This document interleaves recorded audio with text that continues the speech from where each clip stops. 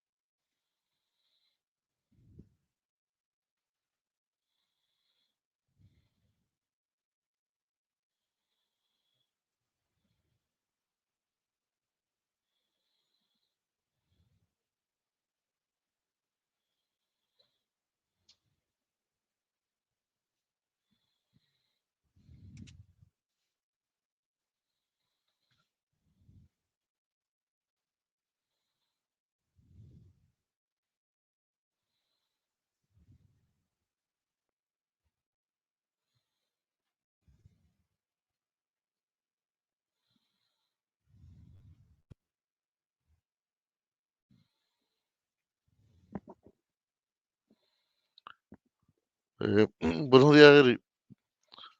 Buenos días, Eric. Gracias por el saludo. Si nos pueden dar un feedback, si nos escuchan bien.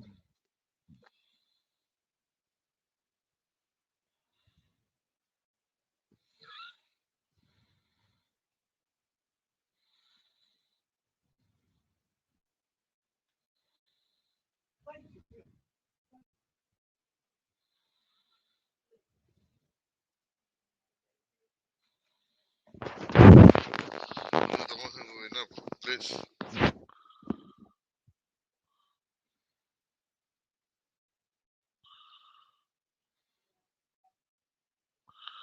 Muchas gracias, Eric. Demos unos minutos para comenzar, mientras llegan las demás personas.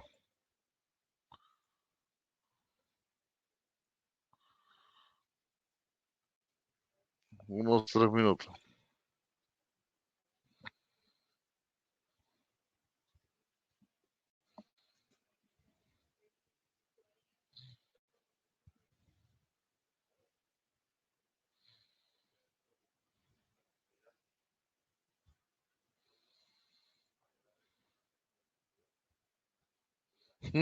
Oye, sí, disculpa. Moví el micrófono y se escuchó todo. Disculpa por eso.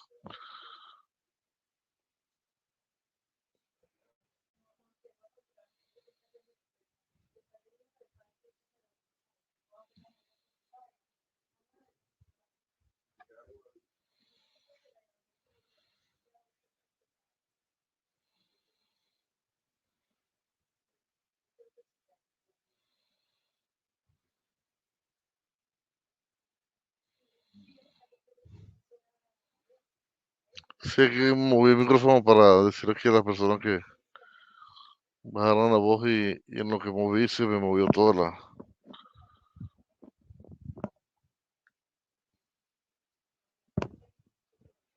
¿En qué parte te encuentras, Eric? ¿Desde dónde no escuchas?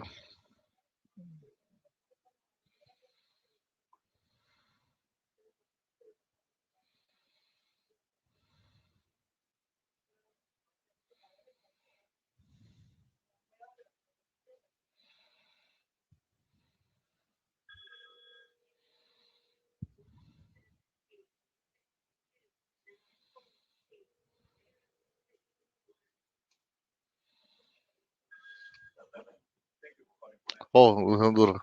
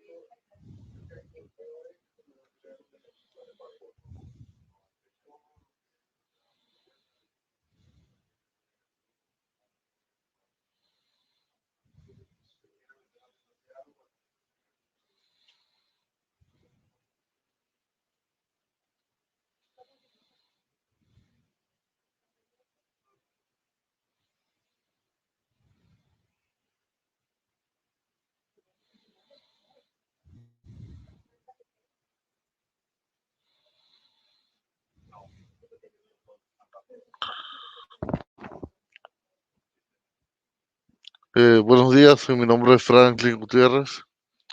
Gracias por atender el webinar de hoy. Para cualquier pregunta, les dejé mi correo electrónico, mi número de teléfono. Cualquier pregunta la puede colocar en el chat y el ingeniero Luis se la va a responder al final.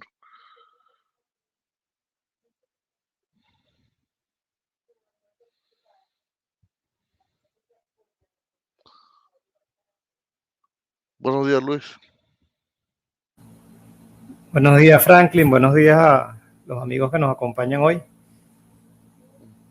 ¿Damos comienzo? Sí, damos comienzo. Comencemos por... Perfecto. Y se irán agregando demás personas. Muy bien. Entonces, bueno, buenos días. El webinar de hoy tiene como nombre MikroTik, soluciones para WIS. Entonces, vamos a hablar de todo lo que es la gama de soluciones que nos ofrece la marca MikroTik para ese proveedor de servicio de Internet inalámbrico. Me presento rápidamente. Mi nombre es Luis Aguilar. Bueno, ya tengo bastante tiempo trabajando en telecomunicaciones, distintas marcas, distintas tecnologías, trabajando con MikroTik desde el año 2009. Y bueno, soy consultor certificado y entrenador de la marca desde hace ya casi 5 años. Vamos a comenzar hablando de lo que es MikroTik. MikroTik, el nombre del sistema operativo de los equipos MikroTik se llama Router OS. Acá podemos hablar que hay dos versiones. Una versión donde se instala el Router OS en un equipo estilo computador, servidor, máquina virtual, y podemos convertir ese equipo en un router. La otra versión ya tiene unificado el Router OS con lo que se conoce como Router Board, que es el hardware, que bueno, tiene distintos propósitos. Acá nos vamos a enfocar en ese hardware Router Board pensado para radioenlaces. En cuanto a las capacidades wireless, MikroTik nos ofrece conexiones inalámbricas basadas en el protocolo o el estándar 802.11 y en un protocolo TDMA propietario que se llama NStream y NStream versión 2, conocido como NB2. Bajo ambos protocolos podemos establecer conexiones punto a punto y punto multipunto. Podemos hacer configuraciones de repetidor, configuraciones de mesh, esas mallas inalámbricas, trabajar con todas las encriptaciones que se manejan actualmente, configurar políticas para el control de acceso, para restringir el acceso o limitar el acceso de acuerdo a ciertos criterios, y también establecer configuraciones de hotspot o lo que se conoce como portal cautivo. Dependiendo del hardware, los equipos Router Board pueden operar en las variantes del estándar 802.11 A, B, G, N y AC. Y recientemente, los equipos que este año ya comenzaron a venderse, podemos trabajar también en la versión del estándar AX, que es lo que se conoce como Wi-Fi 6. También ha sido muy popular el desarrollo en la banda de 60 GHz utilizando la versión 802.11 AD. Como les mencioné, más allá de trabajar en el estándar 802.11, MikroTik desarrolló un protocolo propietario que se llama en Stream y en Stream versión 2, que es el que más se utiliza para los radioenlaces, especialmente cuando son punto multipunto. ¿Qué es entonces un radioenlace? Bueno, es aquel que se establece para transmitir y recibir datos a través de las ondas electromagnéticas. Estas ondas no son guiadas, no circulan a través de ningún sistema conductor físico, como pudiese ser una guía de onda, un cable coaxial, sino que el medio de transmisión es el aire, es el espacio libre. Esas señales que viajan en el espacio son invisibles para los humanos. Nosotros no nos podemos asomar en la ventana y ver una señal de 5 GHz pasando enfrente de nosotros. Pero esas señales existen y los dispositivos sí son capaces de detectarlas. Esas señales, de hecho, pudiesen ser una fuente de interferencia. Nosotros interferir a alguien y que ese alguien o ese equipo nos interfiera a nosotros. Por eso es que es fundamental que ustedes puedan conocer los fundamentos de radiofrecuencia, ya que es lo que nos va a permitir realmente lograr enlaces de alta capacidad y disponibilidad. Nosotros mencionamos siempre en los webinars, en los cursos, que implementar un radioenlace sin conocer, por lo menos a nivel básico, los fundamentos de radiofrecuencia es como tomar un auto y conducir en la autopista sin haber recibido previamente unas clases de manejo. Así de peligroso y es realmente establecer esas configuraciones sin manejar los conceptos. Entonces, fíjense, acá gráficamente pueden observar los dos tipos de enlace que podemos establecer. Los punto a punto y los puntos multipunto. Típicamente, los enlaces punto a punto los utilizamos para la interconexión de lo que nosotros llamamos nodos o puntos de repetición.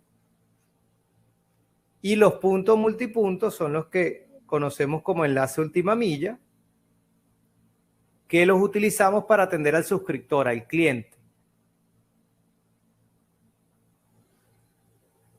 Esto es lo que se menciona acá en la presentación. Eso no quiere decir que un enlace punto a punto no se puede utilizar para atender un cliente final. Claro que se puede utilizar. Pero lo normal, digamos que siguiendo ese esquema lógico, es que los punto a punto son nuestras troncales y los puntos multipuntos, los enlaces última milla para atender al cliente.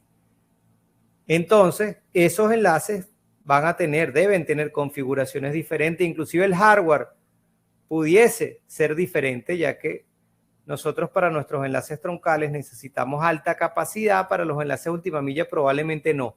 Entonces, como las condiciones son diferentes, probablemente los modelos de equipos que deberíamos utilizar también tienen que ser diferentes. Acá tenemos un diagrama de lo que nosotros llamamos una topología típica de un proveedor de servicio. No quiere decir que todos funcionen bajo este esquema, pero podemos decir que este es bastante utilizado. Fíjense, voy a hacer unas anotaciones por acá. ¿Qué son enlaces troncales o enlaces backhaul? Los que se utilizan para interconectar, los estoy resaltando en este momento, nuestros nodos. Enlaces de alta capacidad. ¿Qué son enlaces última milla? Bueno, los enlaces punto multipunto o punto a punto, porque también aplica, que utilizamos para atender al suscriptor, para atender al cliente.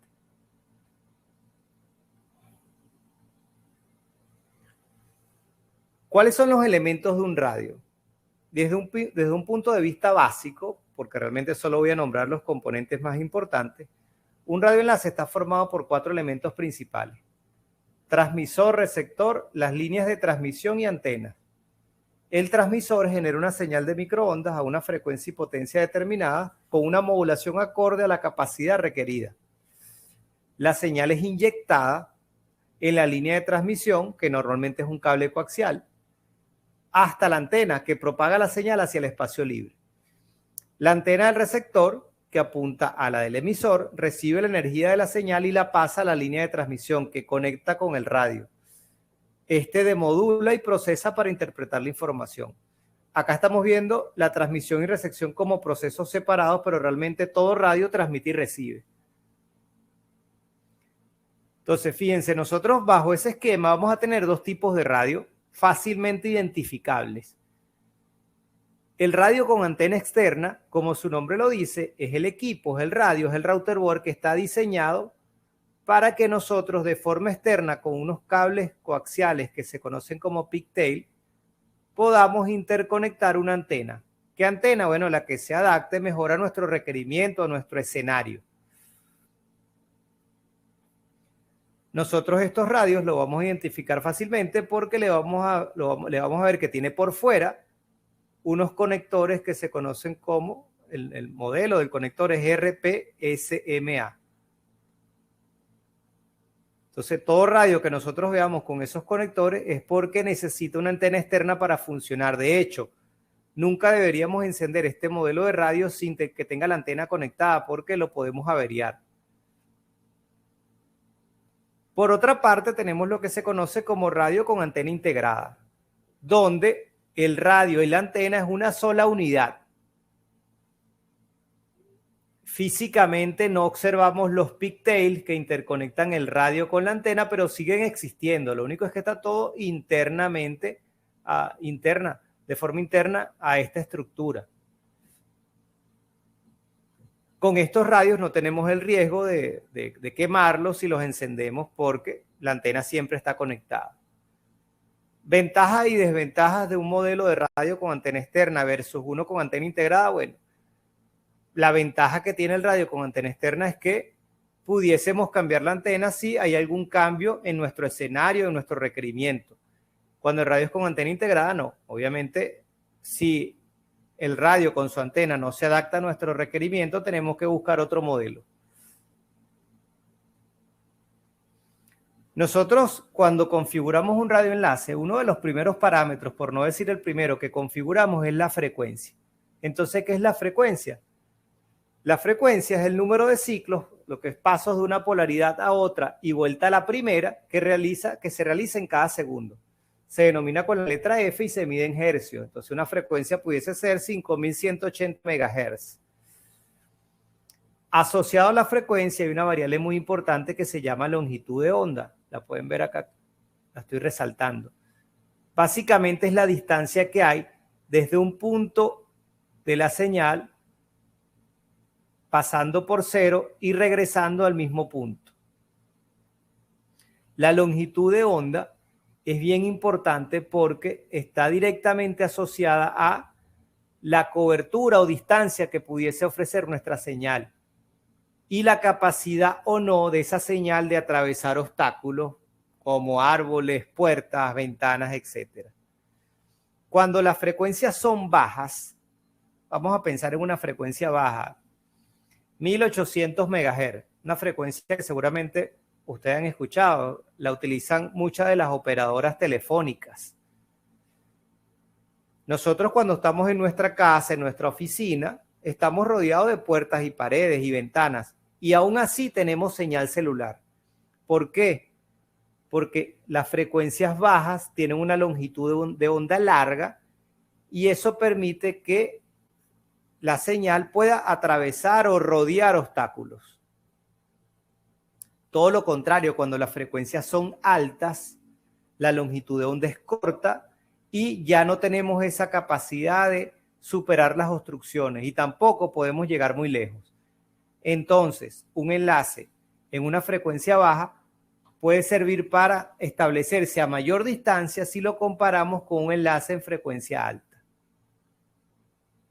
Acá tenemos el ejemplo de cómo se calcula la longitud de onda en la frecuencia 2.4 GHz, un número que es conocido por todos porque se utiliza en Wi-Fi. Este cálculo utiliza la velocidad de la luz y fíjense, la longitud de onda para 2.4 GHz es 12.43 centímetros. Esto lo podemos asociar también al ancho del haz y de hecho es mucho más fácil para entenderlo. Ancho del haz.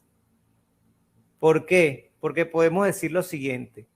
Una longitud de onda larga es una señal con un ancho del haz más amplio si lo comparamos con una frecuencia de longitud de onda corta donde el ancho del haz de la señal es más pequeño, más angosto. Les puedo poner un ejemplo. La mayoría de los servicios de televisión satelital, por ejemplo DirecTV, no sé si está en sus países, pero bueno, seguramente hay otros, opera en la frecuencia de 12 GHz. o un valor bastante cercano. ¿Qué le ocurre a este servicio cuando llueve? Cuando llueve, normalmente el servicio se interrumpe. ¿Por qué? Porque el ancho del haz es tan pequeño que el área de una gota de lluvia es capaz de interrumpir la señal. Diferente, vuelvo con el ejemplo de la telefonía celular. Ustedes no pierden la señal de telefonía cuando llueve. ¿Por qué? Porque el ancho del haz es tan grande que las gotas o el área que genera una gota no es capaz de interrumpir la señal. ¿Puede generar atenuación? Sí, puede generar atenuación, pero no lo suficiente para que la señal se atenúe tanto como ocurre con el ejemplo de la señal satelital de televisión. Acá lo podemos ver gráficamente si comparamos dos frecuencias conocidas por todos. De hecho, ambas se utilizan en Wi-Fi, 2.4 y 5 GHz. Fíjense que la longitud de onda en 2.4, que es una frecuencia baja, es mucho mayor que la longitud de onda en 5 GHz, que es una frecuencia alta. Por eso es que el Wi-Fi en 2.4 te ofrece mejor cobertura que en 5. Aquí ocurre también otra cosa. 5 GHz te permite mayor capacidad. Entonces, hay otra cosa que deben conocer. Frecuencias más altas nos permiten transportar mayor cantidad de megas. Entonces, podemos ponerlo en la balanza. Con frecuencias bajas llego más lejos, puedo superar obstrucciones, pero tengo poca velocidad. Con frecuencias altas no puedo superar las obstrucciones, no puedo llegar tan lejos, pero tengo mayor velocidad. Entonces esto es un poco lo que dice acá. Mientras más larga la longitud de onda, mayor alcance. Mientras más larga la longitud de onda, voy a atravesar y rodear mejor los obstáculos. Mientras más corta la longitud de onda, podré transportar mayor cantidad de datos, pero seré más susceptible a factores externos como la lluvia, como ya se los mencioné. Vamos a hablar de las unidades de potencia. Nosotros cuando trabajamos con radioenlaces siempre escuchamos la unidad dB, decibeles. Estoy recibiendo menos 50 dB, estoy transmitiendo con 21 dB. Es correcto, esa es la unidad que se utiliza cuando analizamos las potencias de transmisión, las potencias de recepción, las atenuaciones. Pero no es la unidad real. La unidad real de la energía que es capaz de transmitir y recibir un radio son los vatios. En este caso los milivatios, porque son valores más bajos. ¿Qué ocurre?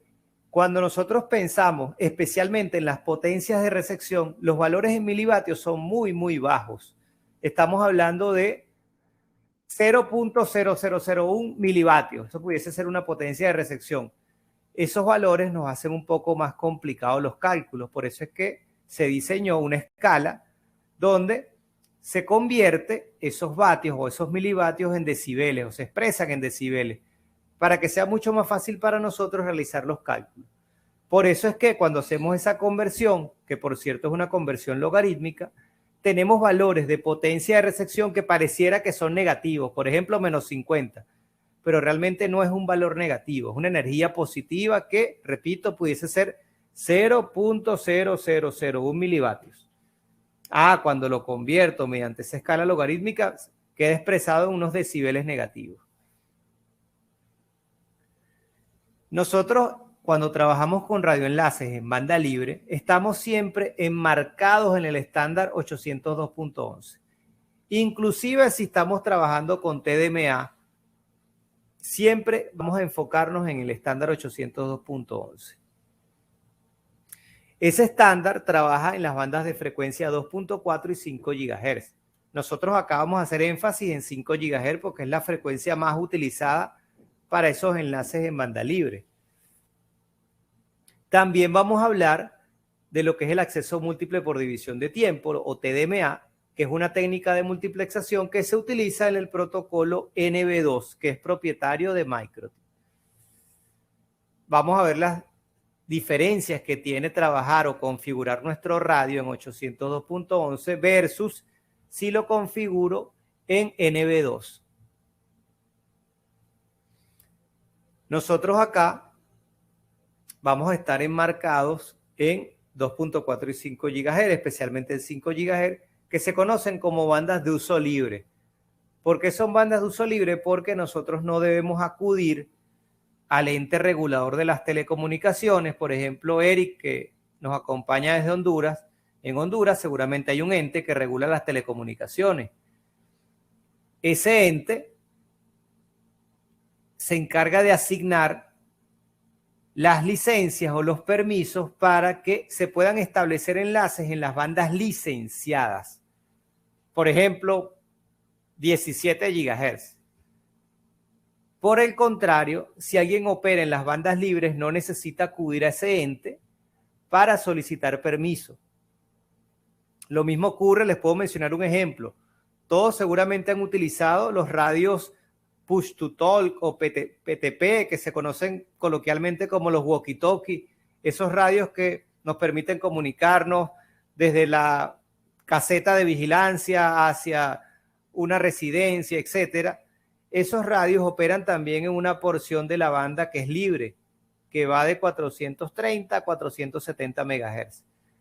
Nadie que compre esos radios acude al ente regulador de las telecomunicaciones para solicitar permiso.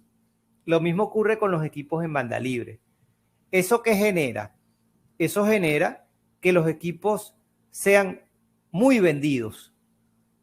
Y si son muy vendidos, entonces el espectro que ocupan estos equipos está muy utilizado. Por eso es que tenemos que conocer los fundamentos para tratar, digo tratar porque a veces es imposible hacerlo, para tratar de que nuestro enlace logre la mayor capacidad, la mayor disponibilidad sin afectar al vecino.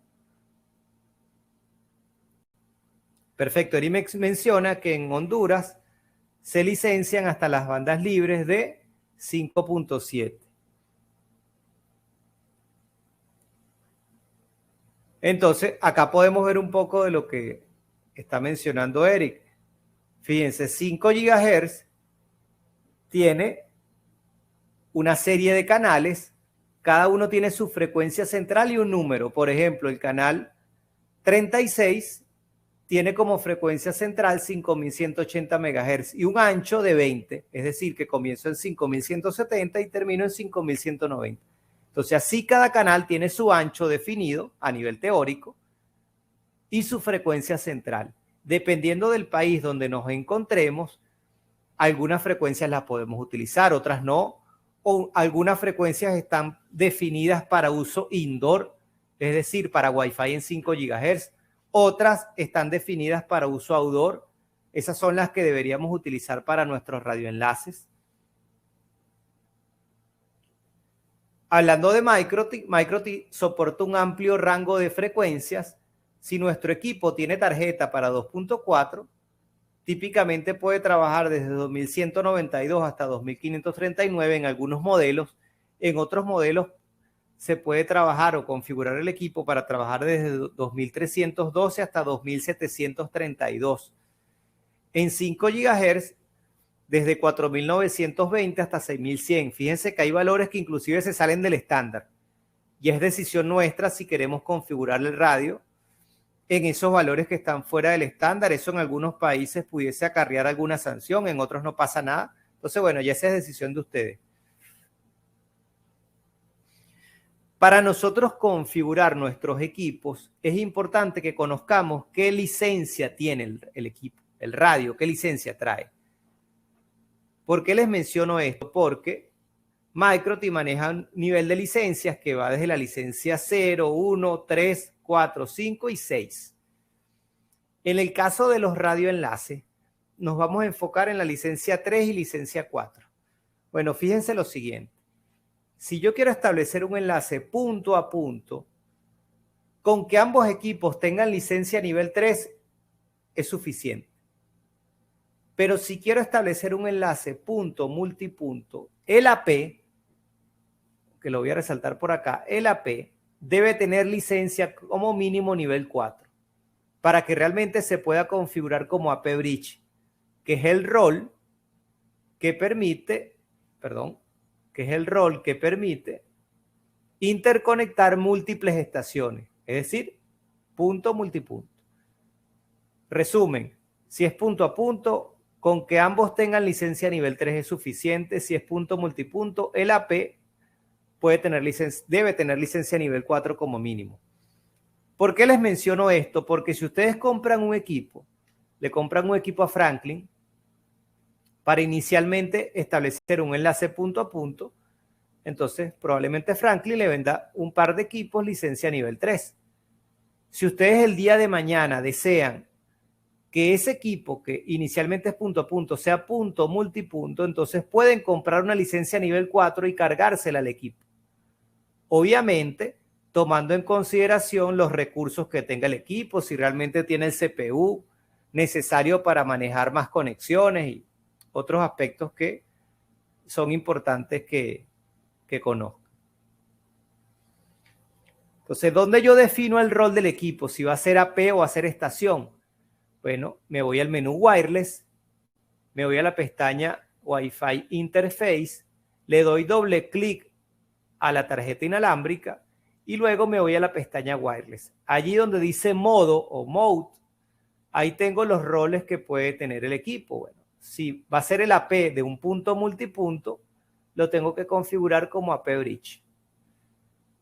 Para que ese modo AP Bridge sea válido, lo que les acabo de mencionar, el equipo debe tener como mínimo licencia nivel 4, si no les va a arrojar un error. La frecuencia se configura en el campo que se llama frecuencia. Allí yo tengo una lista con todas las frecuencias que soporta el equipo. ¿Qué recomendamos nosotros? Que de hecho debería ser obligatorio. Como esto es banda libre y cualquiera, y cuando digo cualquiera es literalmente cualquiera, puede establecer un enlace, nosotros no tenemos garantía que la frecuencia que queremos utilizar esté disponible. Entonces yo debo hacer un análisis de espectro para validar qué canales están utilizados y cuáles no. Y yo configurar mi enlace en un canal que no esté utilizado. Eso es lo responsable. Si yo utilizo un canal que está ocupado por otro, voy a empezar a interferir a ese otro y ese otro me va a empezar a interferir a mí. Entonces mi radioenlace no va a funcionar bien.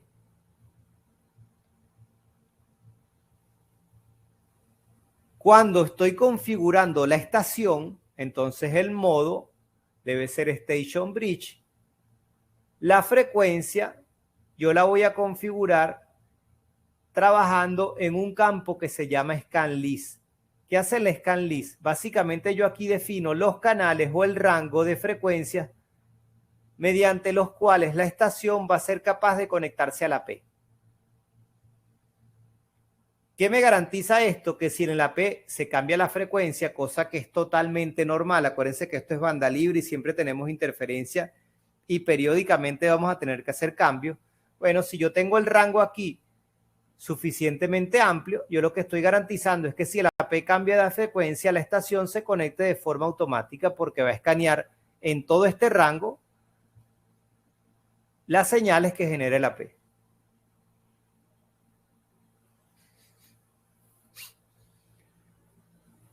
Inicialmente, Microtik solo trabajaba en el estándar 802.11, que es el que se utiliza en Wi-Fi. ¿Cómo funciona este estándar? Fíjense, cada estación, antes de comunicarse con el AP, primero escucha.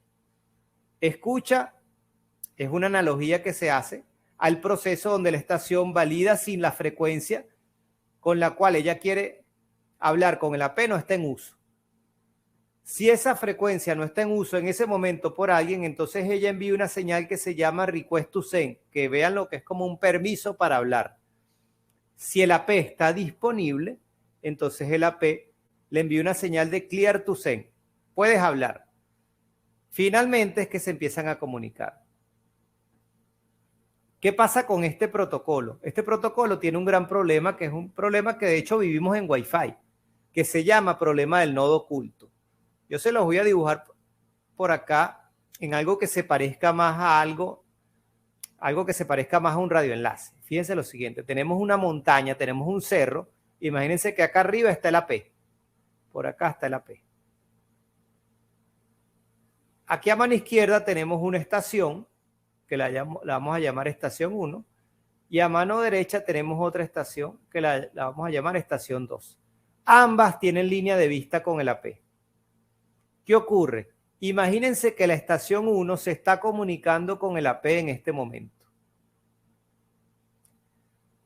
Bueno, resulta que la estación 2 también se quiere comunicar con el AP. Como esto es 802.11, la estación 2, ¿qué va a hacer? Bueno, va a escuchar. Y resulta que cuando ella escuche, perdón, no se va a dar cuenta que la estación 1 está hablando porque entre ellas no hay línea de vista, hay una montaña de por medio. ¿Qué ocurre? La estación 2 entonces piensa que la P está disponible y envía una señal de request to send. Bueno, esa señal va a colisionar con la información que ya se estaba intercambiando entre la estación 1 y el AP. Entonces, en 802.11 tenemos colisiones. Por eso es que MikroTik y otros fabricantes tomaron la decisión de utilizar como base un protocolo que no esté basado en 802.11. En este caso hablamos de TDMA, donde nosotros seleccionamos el protocolo con el cual queremos trabajar en este campo que se llama Wireless Protocol. Fíjense que está 802.11, pero también en la lista está NB2. ¿Cómo funciona NB2? Bueno, vean la siguiente animación. Acá no hay permiso para hablar, acá no hay request to send ni clear to send, sino que cada estación va a tener su tiempo específico para que pueda comunicarse. Entonces con esto ya no tengo esas colisiones generadas por el nodo oculto. Voy a tener colisiones, claro, colisiones con otros radios, pero no colisiones entre los radios de un mismo sistema. Es decir, un vecino me puede generar una interferencia y una colisión, y yo a él. Pero ya no va a haber colisiones entre las estaciones que están conectadas a un mismo punto de acceso. Entonces, en el mismo campo Wireless Protocol, yo defino, por ejemplo, trabajar con NB2. De hecho, se recomienda. Si ustedes tienen enlaces punto multipunto con MikroTik, lo ideal es que utilicen como protocolo NB2 para eliminar el problema del nodo oculto. Eso me permite mejorar el throughput y la latencia, ya que trabajo con time slops o slots de tiempo para cada ciclo de transmisión de las estaciones. Cada cliente solo transmite en su propio time slot. Este control estricto asegura la posibilidad de transmitir de cada cliente sin generar colisiones. Entonces, las frecuencias nosotros las representamos en algo que se conoce como espectro. Siempre hemos escuchado esa palabra, el espectro. El espectro está muy ocupado, el espectro está disponible. Entonces, ¿qué es el espectro? El espectro de una señal es el conjunto de frecuencias que la constituyen. La forma de representar gráficamente este espectro es asignando el valor de las frecuencias al eje de las abscisas, lo que es el eje X, en este caso el eje horizontal, y dibujando la amplitud de los mismos en el eje de las ordenadas. Entonces el nivel de señal se representa en el eje Y. La máscara de transmisión ocupará un determinado ancho en el espectro según la configuración aplicada en el radio en el campo ancho de canal o channel width. Entonces, fíjense, esta es la máscara de transmisión que define la normativa a nivel internacional. ¿Qué queremos resaltar de esta imagen? Que los canales no son rectángulos como nos los han hecho creer. Los canales más bien tienen una forma parecida a una campana, como lo ven en la imagen. De hecho, mientras más potencia nosotros apliquemos a la señal, estas bandas laterales de la máscara espectral o máscara de transmisión se van a ensanchar más. ¿Por qué es importante conocer esto? Porque si yo tengo dos canales que son vecinos, esto se llama canales contiguos. Dos canales contiguos van a interferirse porque, repito, no son rectángulos, sino que son más bien una forma de campana. Fíjense que va a haber interferencia. Entonces, los canales contiguos no son rectángulos, son de la manera como lo ven acá. Entonces, toda esta área es área de interferencia que pudiese generarse entre dos canales vecinos. Entonces, cuando nosotros vemos un análisis de espectro, tenemos que contemplar la posibilidad de que nuestra señal, si la configuro en 20, ocupe mucho más de 20. Pudiese ocupar hasta 60 MHz en el espectro. Eso tienen que tomarlo en cuenta. Especialmente si trabajan con potencias altas. ¿Qué es el bonding de canales? El bonding de canales es agrupar canales de 20 para conformar canales de 40 MHz o canales de 80 MHz. Un canal de 40 es el bonding de 2 de 20, un canal de 80 es el bonding de 4 canales de 20. ¿Qué ocurre cuando yo utilizo anchos de canal mayores a 20? A nivel teórico es posible que logre mayor capacidad, pero a nivel práctico no necesariamente. ¿Por qué? Uno, como estoy ensanchando el canal, es posible que ahora tenga mayor interferencia. Eso es lógico. Lo segundo, cuando ensancho el canal, la densidad espectral de potencia, que pudiesen verlo como la energía total de mi señal, pierde 3 dB. Entonces fíjense que baja su nivel de señal, su intensidad. Por ejemplo, si este nivel de señal era menos 50, ahora estoy en menos 53. Ustedes pudiesen pensar, bueno, 3 dB no es nada. No, resulta que cuando yo convierto estos 3 dB a vatios o estos niveles de señal a vatios, perder 3 dB implica perder la mitad de la potencia, lo cual sí es bastante. Entonces, cuando ensancho el canal, potencialmente pudiese tener mayor capacidad, pero todo lo demás son factores negativos. Voy a tener más interferencia, voy a perder niveles de señal, es probable entonces que mi enlace ahora no me permita llegar tan lejos y de paso voy a estar más cerca del piso de ruido, que está por acá abajo. Ese ancho de canal, ¿dónde se configura? En este campo que se llama Channel Width.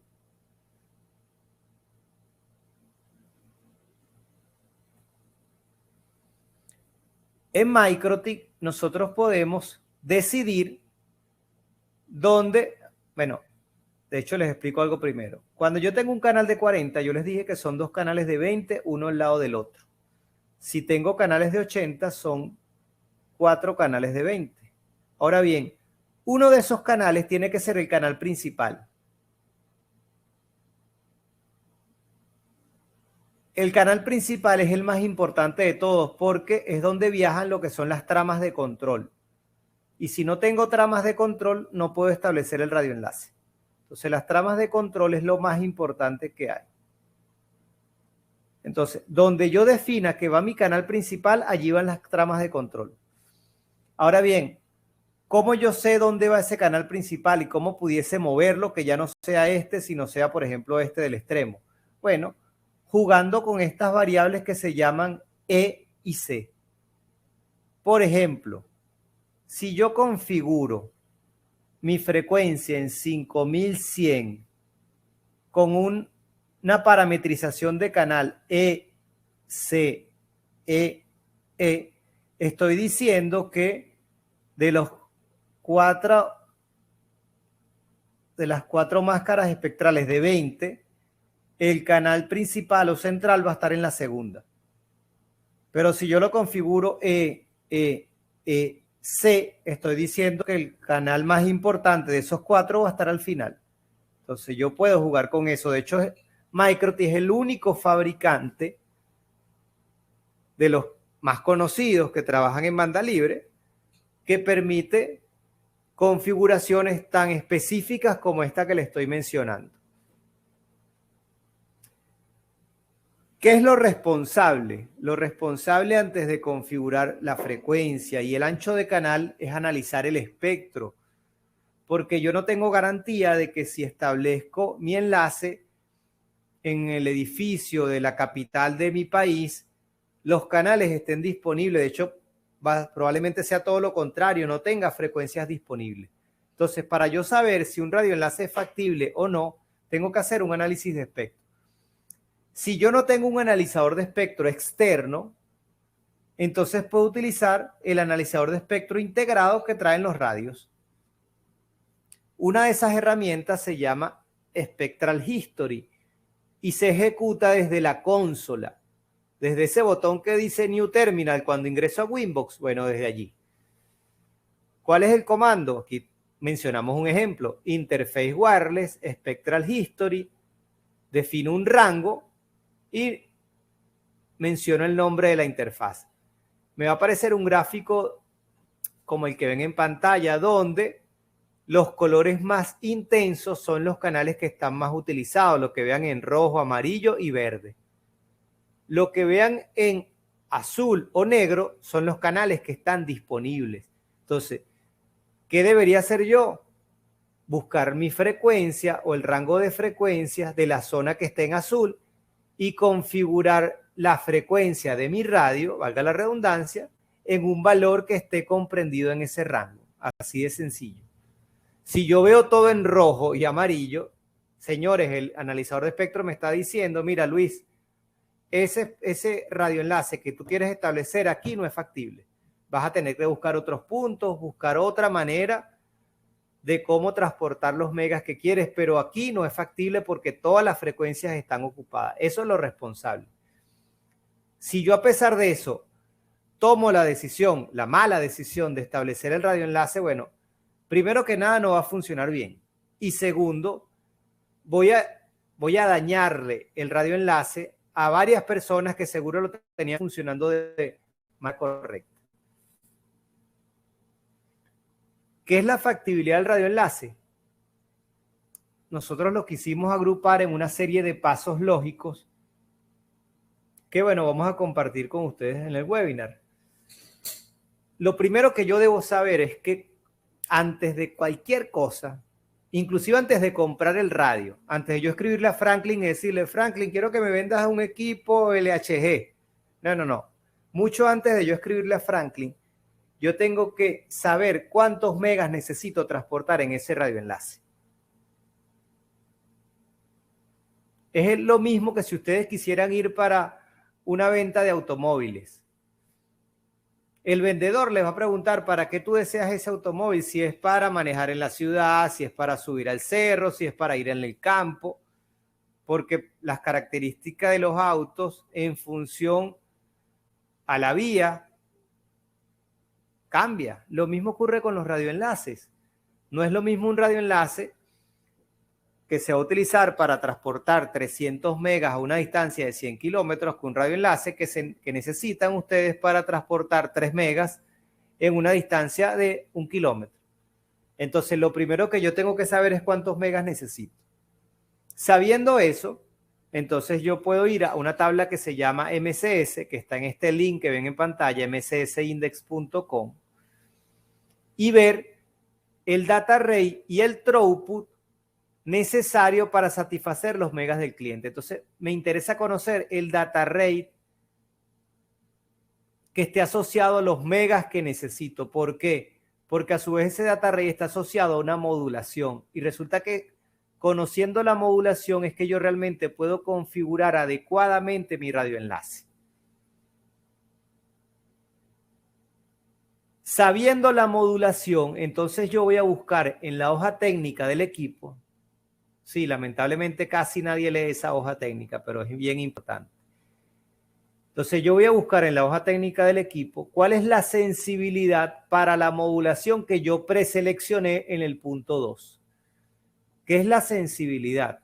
El valor mínimo de señal que necesita el radio receptor para entender lo que el transmisor le está enviando. Si yo en este webinar empiezo a bajar el tono de voz y empiezo a hablar cada vez más bajo, más bajo, más bajo, más bajo, va a ocurrir que en algún momento Eric o los otros compañeros que están conectados me van a decir, Luis, habla más fuerte porque no te escucho. Lo mismo ocurre con los radios. Si no tienen el nivel de señal adecuado, no se entiende lo que envía el transmisor. Entonces, ese valor que se llama sensibilidad es fundamental. Ahora sí, conociendo la sensibilidad, el modelo de radio, los megas que deseo transportar, ahora yo sí puedo hacer lo que se conoce como cálculo del radioenlace, que yo se los voy a explicar acá como si lo hiciéramos a mano, pero ustedes pueden utilizar los simuladores que están disponibles en la web para hacer su cálculo. Les quiero mencionar, primero que nada, la información que está en la tabla MCS Index. Acá hay un extracto de la tabla tiene mucha más información. Fíjense lo siguiente. Acá tenemos un ejemplo. Yo quiero 30 megas Eso es lo que yo deseo transportar en mi radioenlace, 30 megabits de capacidad real. Un cliente que necesito darle servicio con un enlace punto a punto y él necesita 30 megabits. Ok, esa es mi capacidad real. Muy bien. Resulta que hay una fórmula que no es 100% exacta, pero es una buena aproximación. Si el data rate yo le quito el 30%, que es lo mismo que multiplicarlo por 0.7, obtengo el throughput. ¿Qué es el throughput? La capacidad real, esto que está acá. Muy bien. Entonces, ya yo sé que ese data rate debe estar por encima de los 30 megas, porque le voy a quitar 30%. Ok. Entonces, yo me voy a mi tabla MSS Index y empiezo a ver los data rate que puedo manejar en 20 MHz. ¿Por qué 20 MHz? Bueno, supongamos que hicimos un análisis de espectro y solo tengo esos 20 MHz disponibles. Perfecto. En mi tabla MSS Index tengo los distintos tipos de modulación que soportan los radios. De hecho, esta tabla es genérica, aplica para otros fabricantes. Ok. Empiezo a ver los valores. Si selecciono este valor de 43.3 y le quito el 30%, va a quedar que va a ser menos de 30 megas. Entonces no me sirve. Si lo hago con 57 va a ocurrir lo mismo. Pero si lo hago con 65 pareciera que la cuenta me da bien. 65, le quito el 30% y me da 45 megas, que de hecho es superior a 30. Entonces vamos a decir que sí, que la modulación que me interesa es MSS6. Entonces yo voy a la hoja técnica de mi radio y busco MSS6 y veo cuál es la sensibilidad para esa modulación. En el caso de MikroTik no te da el detalle por cada modulación, te dice la más baja y te dice la más alta. Entonces nosotros pudiésemos hacer una interpolación para estimar cuánto es la sensibilidad para MSS6. Pero para no hacer eso aquí tan complicado, vamos a pensar en MSS7. Bueno, resulta que para trabajar en la modulación más alta, yo necesito como mínimo menos 75 dBm de señal. Fíjense lo importante que es la sensibilidad. Dicho de otra manera, si yo establezco un enlace y ese enlace me da menos 80, no voy a poder alcanzar los megas que necesita el cliente. Así de sencillo. Perfecto. ¿Dónde yo configuro las modulaciones? Bueno, en MikroTik me voy al menú Wireless, doble clic a Wi-Fi voy a la pestaña Wi-Fi Interface, le doy doble clic a la WLAN y me voy a la pestaña que se llama HTMSS. Ahí tengo todas las modulaciones que puedo utilizar. ¿Cuál debería yo seleccionar? Bueno, la que estén acorde a los megas que deseo. Si yo por el contrario deseo un enlace para transportar 2 megas, yo trabajo entonces con las modulaciones más bajas que me permiten un enlace mucho más robusto que va a poder llegar mucho más lejos. Entonces esa selección la hago en esta pestaña. Vamos con un ejemplo. Fíjense lo siguiente. ¿Cómo se hace el cálculo? Repito, aquí vamos a hacer los cálculos a mano, pero ustedes se pueden apoyar con los simuladores que están disponibles en la web. Tengo un enlace de 36 kilómetros en la frecuencia 5180. Voy a utilizar un radio NetMetal con una potencia de transmisión de 23 dB. Este radio necesita antena externa. Bueno, voy a utilizar una antena de 30 dBi. Y los pigtail que utilizo para interconectar el radio con la antena tienen una pérdida de 1 dB. Ok, lo primero que voy a hacer es calcular la pérdida de espacio libre. Resulta que toda señal que se propaga en el aire, incluida la voz humana, se atenúa por efecto de la frecuencia y la distancia.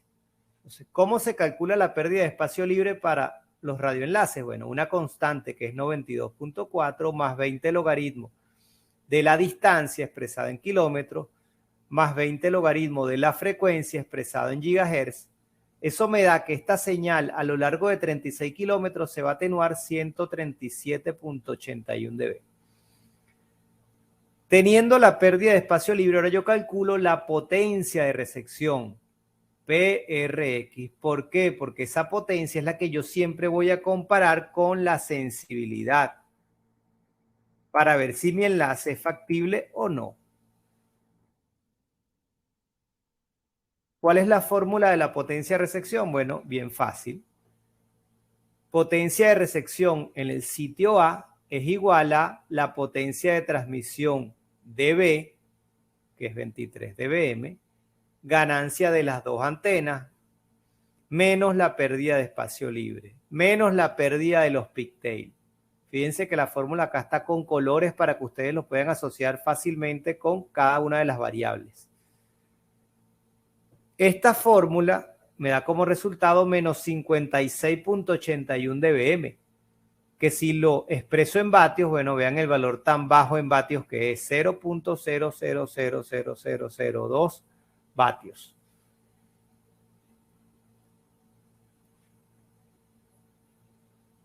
¿Ese enlace es factible? Bueno, esto yo lo tengo que comparar con la sensibilidad. Vamos a hacer otro ejemplo. Fíjense, yo tengo un enlace donde necesito la mayor capacidad posible, es decir, debo trabajar con la modulación más alta. Este enlace, como es un enlace corto de 1.2 kilómetros, yo le dije a Franklin, bueno, Franklin, como este es un enlace corto, yo voy a trabajar con equipos SXT SQ Lite, que son los equipos que son como unos cuadraditos. Ok. Entonces ustedes le compran a Franklin las SXT y antes de ir a instalar, vamos a hacer el cálculo. Entonces, la hoja técnica nos dice que la potencia de transmisión más alta que yo debería utilizar si voy a trabajar con la modulación MCS7 es 19 dBm. Si yo no le hago caso a la hoja técnica, voy a quemar el equipo. Ok. Yo sé que las SXT SQ Lite tienen la antena integrada y que esa antena es de 16 dBi. Y si no lo sé, la hoja técnica me lo dice. Como ya les mencioné, el enlace es de 1.2 kilómetros y la frecuencia que vamos a utilizar es 5.87 GHz. Muy bien. Calculo mi pérdida de espacio libre con la fórmula que ya les expliqué, me da 109 dB. Calculo la potencia de resección con la fórmula que ya les expliqué. La diferencia es que aquí la pérdida del cableado es despreciable porque el radio es integrado. Eso me da menos 58 dBm. ¿Es factible o no? Bueno, la hoja técnica de este radio me dice que la sensibilidad para esta modulación es de menos 75. Ah, mire, yo estoy 16 dB por encima de la sensibilidad. Según esto, para mí es factible. Pero ¿qué otra cosa yo debo validar? Y es quizás lo más importante. Ustedes deben conocer cuál es el piso de ruido que hay en el sitio. Porque resulta que mi señal debe estar siempre como mínimo 30 dB por encima del piso de ruido para que yo realmente pueda trabajar con la modulación más alta. ¿Lo estoy logrando? Bueno, no lo sé. Aquí yo puse un piso de ruido hipotético. Supongamos que es menos 93. Ah, bueno. Menos 58 está separado de menos 93, 34 dB. Perfecto. Aquí sí puedo decir, según este ejemplo hipotético, que el enlace es factible. ¿Cómo yo sé cuánto es lo mínimo que necesito de relación señal a ruido, que es la diferencia que hay entre la señal y el piso de ruido? Que son estos 34 del ejemplo. Bueno, esta tabla nos da una idea. Fíjense, me dice, mira, si tú quieres trabajar con 20 MHz utilizando la modulación MCS7, la mínima relación señal a ruido que debes tener es de 25. ¿Lo logramos? Sí, tenemos 34. Fíjense que en algunos casos te pide 30, inclusive 40. Entonces, una buena práctica es tratar siempre de lograr la mejor relación señal a ruido posible. Si me preguntan a mí, que lo mínimo sea 30. Eso nos da mayor posibilidad de que nuestro enlace funcione adecuadamente. ¿Y cómo yo logro una mejor relación señal a ruido? Bueno, lamentablemente lo logro teniendo los enlaces lo más cerca posible. Especialmente si estoy trabajando con punto multipunto. Atención acá. el éxito de los enlaces punto multipunto es que los clientes estén lo más cerca posible. Yo les dije que no había que hacer los cálculos a mano, no, porque Microtik tiene un simulador que nos dice todo lo que calculamos a mano en el ejemplo anterior. Es el microtik.com/calculator. También hay otros simuladores, pueden usar cualquiera de los que esté disponible en el mercado que les permita parametrizar adecuadamente los valores de los radios Microtik.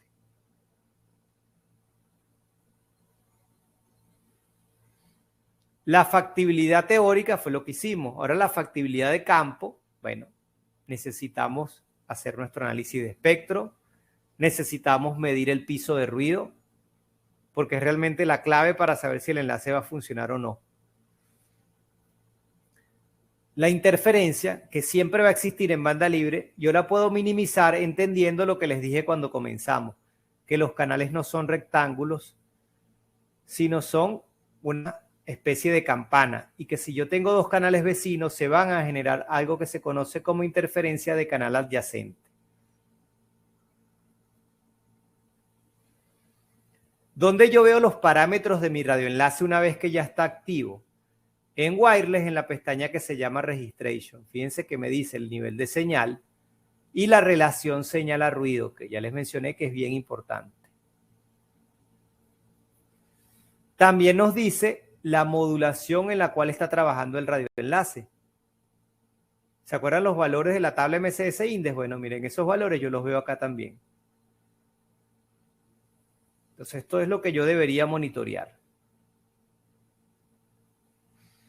Vamos a hablar entonces de las antenas. Un radio, para poder propagar su señal, necesita de una antena.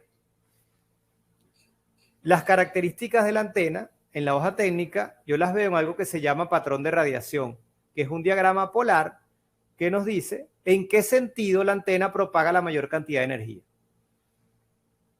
Por ejemplo, una antena pensada para un enlace punto a punto tiene un patrón de radiación con un lóbulo principal bien angosto, como esto que estoy dibujando acá. Por el contrario, una antena sectorial pensada para enlaces punto multipunto tiene un ángulo de apertura mucho mayor. Por ejemplo, algo como esto que estoy dibujando acá. Esto pareciera, según lo que estoy haciendo, que es una antena sectorial de 60 grados de apertura. Entonces, el patrón de radiación y los lóbulos, especialmente el lóbulo principal, está asociado a los grados de apertura de la antena. ¿Cuándo a mí me interesa que una antena tenga mayor ángulo de apertura? Cuando quiero cubrir mayor espacio porque quiero atender a varios clientes. Entonces hablamos de punto multipunto. Si es punto a punto, todo lo contrario. A mí solo me interesa enfocarme en la dirección donde está el extremo contrario del enlace. La mayoría de los radios que utilizamos en la actualidad son conocidos como MIMO. ¿Qué significa MIMO? Que hay dos señales ortogonales que se propagan de forma simultánea. Por ejemplo, una señal se propaga de forma vertical y otra se propaga de forma horizontal. Entonces yo debo evaluar ese patrón de radiación en ambos planos, en el plano vertical y en el plano horizontal. También debo tomar en cuenta si mi antena tiene lóbulos secundarios, porque resulta que si tiene lóbulos secundarios, por allí yo también genero señal y recibo.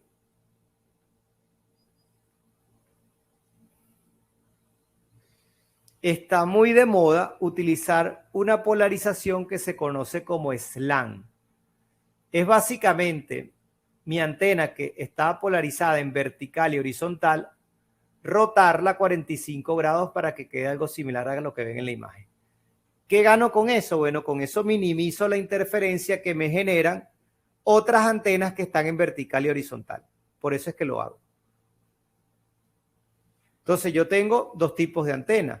Antenas direccionales o directivas, donde están las antenas tipo parábola para enlaces punto a punto, las antenas sectoriales, y tengo antenas omnidireccionales, que son las que yo utilizo para tratar de cubrir 360 grados. No se recomienda que hoy en día, año 2022, nosotros utilicemos antenas omnidireccionales en exteriores. deberíamos usarla solo para escenarios indoor, una casa, una oficina, pero para exteriores no, porque voy a generar señal en los 360 grados, con eso voy a afectar muchísimo a los vecinos y los vecinos me van a afectar muchísimo a mí. ¿Qué otra cosa debo yo leer en la hoja técnica? Yo les puedo mencionar un ejemplo rápido. Los equipos LHG a nivel de hardware te permiten trabajar desde 4920 hasta 6100. Eso es a nivel de hardware. Pero la antena no está diseñada para todo este rango. ¿Qué ocurre? Imagínense que ustedes tenían su enlace con LHG trabajando en 5500 y tenían una señal de menos 50. Resulta que, bueno, se vieron en la necesidad de cambiar de frecuencia por interferencia y utilizaron el analizador de espectro y vieron que la frecuencia 6020 estaba disponible. Muy bien, ustedes cambiaron su equipo para 6020, que está por acá. ¿Qué ocurre? La antena del radio LHG no está diseñada para trabajar en ese valor. Ella trabaja muy bien desde 5100 hasta 5800. Fíjense, cuando yo la puse a trabajar en 6000 o 6020, perdí una cantidad importante de dB y ahora no recibo menos 50, sino, por ejemplo, menos 70. ¿Por qué ocurre eso? Porque no vi la hoja técnica.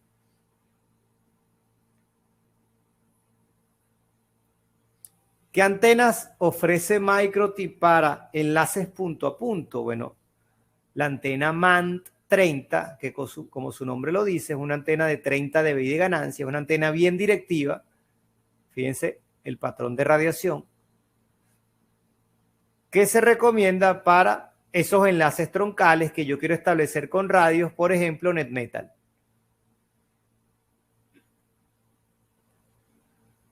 Esta antena también tiene la ventaja que el feeder, que es el elemento radiante, lo puedo rotar 45 grados para utilizar la polarización SLAM.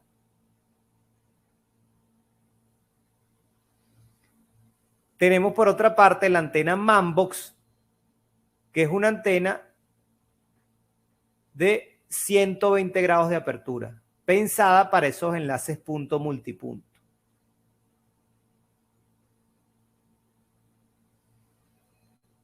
Tenemos un radio con antena integrada. Aquí hablamos del radio QRT5. Aquí solo queremos hacer énfasis en la antena que trae este radio. Este es el patrón de radiación de esa antena. Fíjense que es una antena que nos ofrece una cobertura aproximada de 90 grados.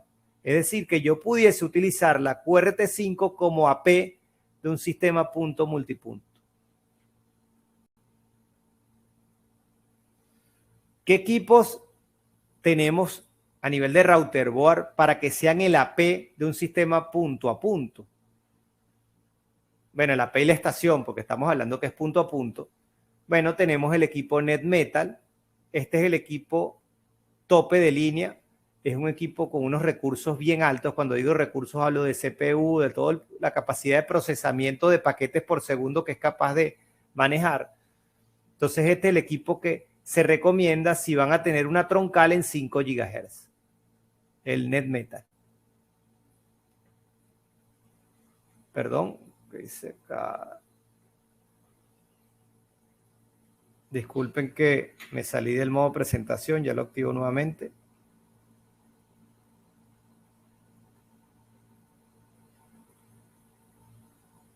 Denme un segundo. Ok, aquí estoy otra vez.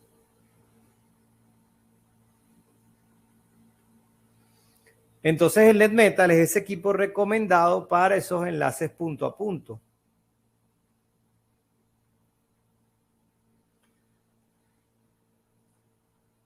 El Basebox, que pudiésemos decirlo que es como el hermano menor del NetMetal, es un equipo también que podemos usar para enlaces punto a punto. Es un equipo de menos recursos que el NetMetal, pero si es un enlace troncal de menos capacidad, un enlace troncal de una distancia menor, pudiese entonces trabajar con el Basebox, que tiene un costo menor al NetMetal. Ambos equipos, hablo del NetMetal y el Basebox, funcionan con antena externa, es decir, que puedo utilizarlos para enlaces punto a punto o también conectarle a una antena sectorial y utilizarlos para que sean el AP de un sistema punto multipunto. Entonces es un equipo muy versátil. Ambos. Acá tenemos también el equipo Dynadish, es un equipo con antena integrada de unos recursos bien interesantes, es decir, que pudiese también utilizarlos para un enlace troncal o para un punto a punto para atender a un cliente. Este es un equipo que trae una antena integrada de 25 dBi de ganancia, lo cual es un valor, no es la más grande, pero es un valor que me permite, por ejemplo, establecer un enlace para un cliente punto a punto de 10 hasta 20 kilómetros y alcanzar buena velocidad. Ojo, todo lo que les estoy mencionando está condicionado al espectro. Tenemos el LHG del cual les mencioné. Aplica para el LHG, igual aplica para Dynadish. Debemos ver la hoja técnica para entender cuál es el rango de frecuencia que soporta la antena, que no necesariamente va a ser el mismo rango del radio, del hardware. Eso siempre lo tienen que tener claro. Entonces, el LHG es un radio bien económico, que funciona excelente y que tiene la ventaja de que lo que es el reflector o la grilla, como le dicen algunos, tiene microperforaciones y eso evita que el viento lo mueva. Entonces, especialmente si tengo los equipos instalados en unas torres, esos que se conocen como torres venteadas o torres venteadas, donde nos preocupa que el movimiento de la torre afloje las guayas, entonces el LHG es un equipo ideal para esos casos, ya que esas microperforaciones hacen que el viento pase a través de él y no lo muevan tanto. Acá tenemos un ejemplo de que pudiese alcanzar yo en punto a punto con equipos LHG. El LHG clásico, el LHG de alta potencia y el LHG de versión extendida, que es el XL, donde la antena es más grande. Fíjense, puedo alcanzar enlaces de buena velocidad que van desde 0 a 12 kilómetros en el caso del LHG 5, en el caso del LHG de alta potencia desde 0 a 20 kilómetros y en el caso del LHG XL5 desde 0 hasta 40 kilómetros. Ojo, todo dependiendo de la frecuencia. Estos son consideraciones teóricas. Hay que ir al sitio, hay que hacer análisis de espectro para determinar si realmente podemos trabajar en banda libre según lo que tenemos planteado. Acá tenemos enlaces punto a punto ya de distancias mucho más cortas con el radio SXT-SQ5AC, que es el que utilizamos para hacer los cálculos teóricos, y el radio D-Slide AC. Fíjense, en el caso del D-Slide puedo alcanzar enlaces hasta de 3 kilómetros. En el caso del SXT, bueno, enlaces bien cortos. Estamos hablando de distancias menores a 2 kilómetros. ¿Qué radios recomendamos nosotros para que sean el AP de un sistema punto multipunto? Bueno, podemos hablar de un radio que trae la antena integrada, que es ideal para esos escenarios donde los clientes están bien cerca del AP. Es decir, un sistema punto multipunto donde todos mis clientes están a distancias menores de 1 kilómetro. Bueno, entonces puedo utilizar el Manbox 5, que es un radio con una antena integrada de 19 dBi en el caso del modelo 19S y de 15 dBi en el caso del modelo 15S. Ambas antenas de 120 grados de apertura. Es un radio que funciona muy bien, repito, para esos escenarios de lo que nosotros llamamos micronodos. Esos nodos pequeños donde los clientes están bien cerca, bueno, este equipo les va a permitir atender a esos clientes de buena manera. La QRT, como lo mencioné anteriormente, sirve para punto a punto, pero también sirve para punto multipunto, ya que su patrón de radiación es cercano a los 90 grados. Entonces lo puedo utilizar como AP punto multipunto. Y fíjense que ya viene con licencia 4, es decir, no tengo que gastar y comprarle una licencia.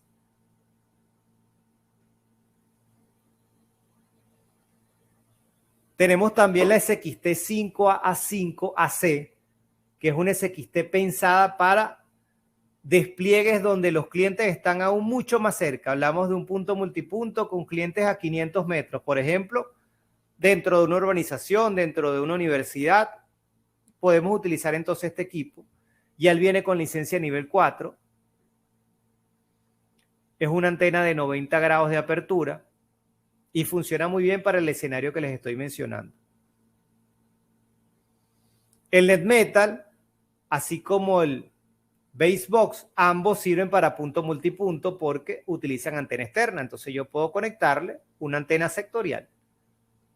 Esto sí me permite, si la antena sectorial es de buena ganancia, sí tener un punto multipunto donde los clientes estén un poco más lejos. Hablamos de 3, 4 kilómetros.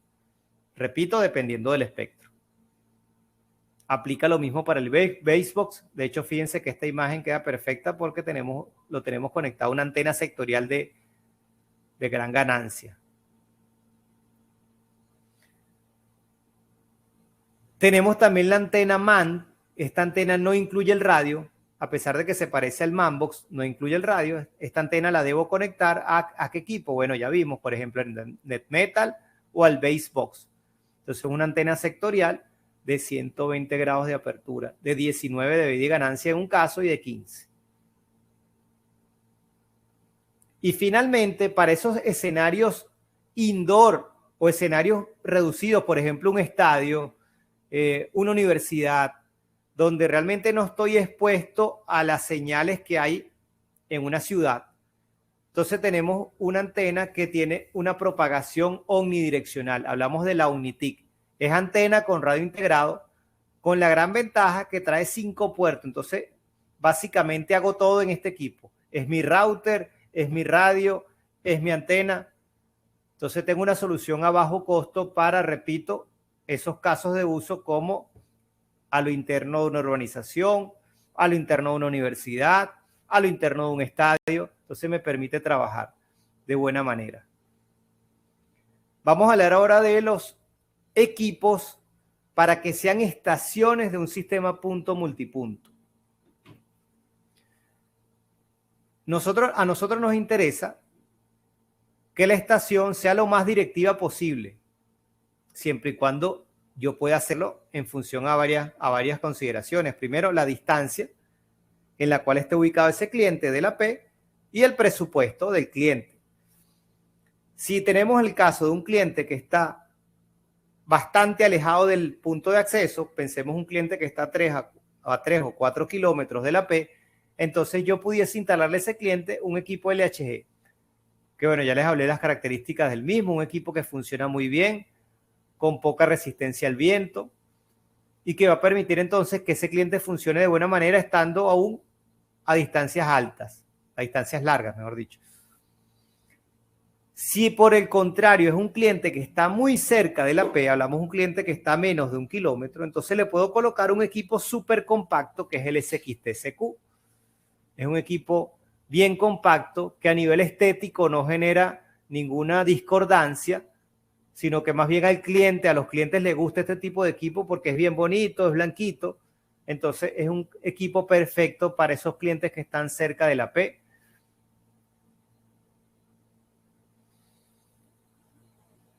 Tenemos el caso del Dislike, es un equipo para un cliente que esté, por ejemplo, entre 1 a 3 kilómetros. Es un equipo un poco más grande que el SXT. También es un equipo bien interesante físicamente. Tiene un buen diseño, entonces lo pueden colocar para esos clientes que no están muy lejos pero tampoco están tan cerca. Por otra parte, este equipo es muy popular porque me permite acoplarlo o utilizarlo con una antena tipo parábola de las que tenemos para el servicio de televisión. ¿Se acuerdan que les mencioné hablando de lo que es la atenuación que genera la lluvia, los servicios satelitales de televisión? Bueno, esos servicios satelitales utilizan antenas que nosotros podemos reutilizar colocándole como feeder o como feed este modelo de MikroTik que se llama LDF. Entonces, esto me va a permitir transformar o reutilizar o aprovechar esa antena que seguro tenía tirada en un rincón y establecer enlaces de, vamos a llamarlo larga distancia. Puedo utilizar esto inclusive para un cliente de un sistema punto multipunto que esté a 10 kilómetros. Y a bajo costo, porque solo tengo que invertir en este feed, porque se supone que ya la antena la tengo.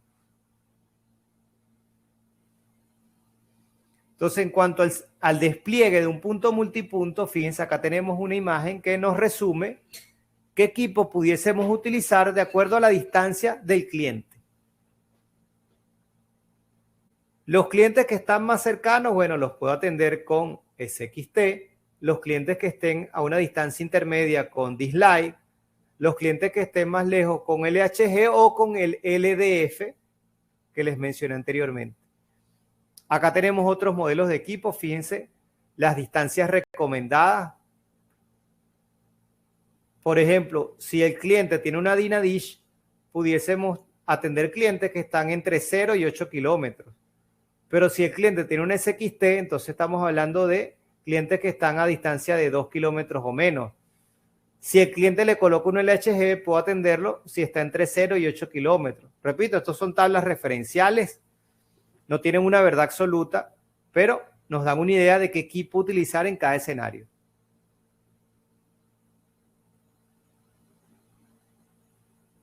Entonces, ya para finalizar, les voy a mostrar un ejemplo de cómo sería el despliegue punto multipunto con Microtik. Recuerden que este webinar va a quedar grabado y se va a subir al canal de YouTube de Fornet. ¿Por qué se los digo? Porque es posible que algunos de los conceptos que yo les mencioné acá necesiten escucharlo 2 o 3 veces para que, digamos, que ese aprendizaje sea correcto. Entonces, tienen esa ventaja. Entonces, fíjense, ¿qué es lo primero que debemos nosotros tomar en cuenta? Que el equipo que va a hacer el AP debe tener los recursos necesarios, CPU y memoria necesarios para atender la cantidad de estaciones y su tráfico. Validar que la antena integrada o externa, dependiendo de lo que yo vaya a utilizar como AP, ofrezca la cobertura necesaria en función a la ubicación de los suscriptores. Otro punto, a pesar de que cualquier radio con licencia 3 funciona como estación, se recomienda seleccionar los equipos en función a la distancia hacia la P de cada suscriptor, las tablas que vimos anteriormente. El éxito de un sistema punto multipunto parte por la cercanía de las estaciones, ya que esto garantiza una mejor relación señal-ruido. Entonces vamos con el ejemplo. De hecho, estos datos se tomaron de una implementación real. Fíjense, tenemos un sistema punto multipunto donde el AP es un manbox y los clientes todos utilizan estaciones con SXT SQLite. ¿Por qué? Porque todos están bien cerca. De hecho, aquí lo dice, la zona de cobertura es menor a 500 metros. Obvio, esto es un escenario ideal. Hablamos de 19 clientes. Todos lo estamos trabajando con el protocolo NB2 con 20 MHz de ancho de canal. La pregunta que nos hacemos, y es lo que le queremos dejar a ustedes como aprendizaje y como regalo por asistir a este webinar, es qué capacidad pudiese alcanzar cada cliente. Bueno, fíjense. Cuando yo ingreso a la P y me voy a la pestaña Registration, yo tengo el detalle o las estadísticas de todos los clientes que están conectados. Aquí yo me voy a fijar en un campo que se llama CCQ. CCQ es el porcentaje de tramas retransmitidas de un enlace. Un enlace que no tiene tramas retransmitidas es un enlace perfecto o casi perfecto.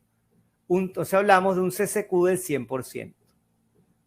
Cuando un enlace empieza a tener problemas es porque se están retransmitiendo las tramas. Eso es el equivalente a que ustedes me digan, Luis, no entiendo, repite, y yo repito. Y me vuelven a decir, Luis, no entiendo, repite, y yo repito. Muy bien. Si yo repito mucho, mi CCQ baja. Entonces un CCQ malo, por ejemplo, es 30%. Quiere decir que 70% de las tramas se están retransmitiendo. Muy bien, entonces yo veo las estadísticas. Obviamente en este ejemplo todo está muy bien porque los clientes están muy cerca. Fíjense que además del CCQ yo me voy a fijar en la modulación que está utilizando cada cliente, donde la más alta, según este ejemplo, es 115.5 megas y la peor 78. Muy bien. Yo voy a la tabla MCS Index y voy a ubicar todos esos valores que les mencioné. Fíjense, 78, 104 y 115. Muy bien. Para yo calcular los megas que pudiese alcanzar cada estación, yo tengo que hacer una cuenta. La cuenta es la siguiente. Yo voy a buscar la modulación que están utilizando entre la cantidad de clientes que están utilizando esa modulación y lo voy a multiplicar por 0.7, que es el equivalente a quitarle el 30%. Eso me da que si los 19 clientes estuviesen todos trabajando en esta modulación, pudiesen alcanzar 4.25 megas. Eso sería su throughput. Ojo, esto es en escenarios donde todos estuviesen navegando al mismo tiempo. ¿Cómo se configura esto? Bueno, fíjense, repito, esto es lo que les dije que voy a mencionar rápidamente. Ustedes pueden, en el video de YouTube lo pueden ver con más calma y cualquier duda nos pueden escribir vía WhatsApp. Siempre vamos a estar dispuestos a atenderlo. El AP, bueno, está configurado como AP Bridge con NB2.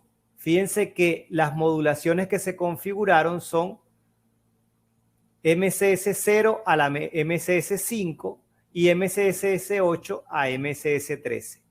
¿Por qué se configuraron estas? Bueno, vuelvo atrás. Fíjense, yo le estoy diciendo, como mi radio es 2x2, es decir, que es MIMO 2x2, yo le estoy diciendo, para la cadena 1 vas a utilizar las 4 modulaciones más altas. Para la cadena 2 también las 3 modulaciones más altas. Y si llegases a tener problemas, vas a trabajar en la más baja. Eso es lo que yo le dije en esa configuración. Por eso es que esto está configurado tal cual como lo ven allí. Muy bien. ¿Qué otra cosa configuramos? Bueno, una potencia de transmisión, una clave que se configura en NB2. Entonces, en las estaciones se configura algo similar. Repito, estamos disponibles para atender cualquier duda que tengan luego del webinar. Vamos a responder alguna pregunta si lo hubiese, Franklin.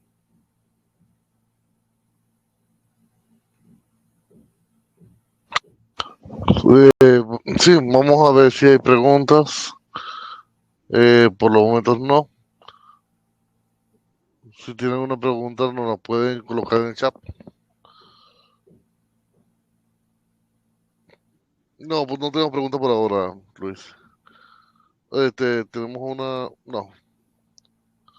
Gracias, Cristian. Bueno, para finalizar lo que les puedo decir que lo más importante antes de que le escriban a Franklin y compren los equipos es primero entender cuántos megas necesitamos transportar en mi radioenlace, si va a ser punto multipunto, si va a ser punto a punto. Analizar el espectro es fundamental. Eso nos va a permitir saber si realmente vamos a poder establecer un radioenlace en ese sitio o no. Lo responsable es solo implementar un radioenlace siempre y cuando los canales estén disponibles. Y luego, si es punto multipunto, es mejor hacer más despliegue. Ajá. Sí, adelante, Franklin. Sí, dos preguntas, no sé si las pudiste ver. Ok, sí, ya las voy a responder. Sí, tiene dos preguntas. Ok, ya las respondo. Entonces, lo ideal es que podamos tener en los casos de los puntos multipuntos los clientes lo más cercano posible. Es decir, es mejor tener más nodos para atender a más clientes más cerca que tener un solo nodo y tratar de atenderlos a todos, porque esos clientes que están más lejos siempre van a tener problemas. Eric nos pregunta, ¿se puede setear en 30 MHz? No, Eric, no se pueden setear en 30 MHz y no son compatibles con los productos Ubiquiti, no. Lo ideal es que si estoy trabajando con Microtip, me mantengo con Microtip. Si estoy trabajando con Ubiquiti, mantengo mis radioenlaces con Ubiquiti. ¿Puedo tener combinaciones en la red? Claro, pero combinaciones de cada radio con su propio enlace. Yo puedo tener troncales Ubiquiti con puntos multipunto Microtip o puedo tener troncales Microtip con punto multipunto Ubiquiti. Lo que no puedo hacer es tener un AP Microtip con estaciones Ubiquiti o viceversa. Eso es lo que no puedo hacer. Entonces, si no hay más preguntas, creo que culminamos por hoy, Franklin. Gracias a todos los que... Sí, muchas gracias, Luis. Gracias a ti por la presentación y gracias a todos por asistir.